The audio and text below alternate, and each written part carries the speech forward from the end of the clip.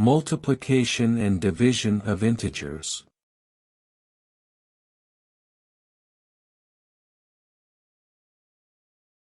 Rules. 1. In multiplying like signs, positive times positive or negative times negative, the product is always positive. 2. In multiplying unlike signs, positive times negative or negative times positive, the product is always negative. 3. In dividing like signs, positive divided by positive or negative divided by negative, the quotient is always positive. 4. In dividing unlike signs, positive divided by negative or negative divided by positive, the quotient is always negative.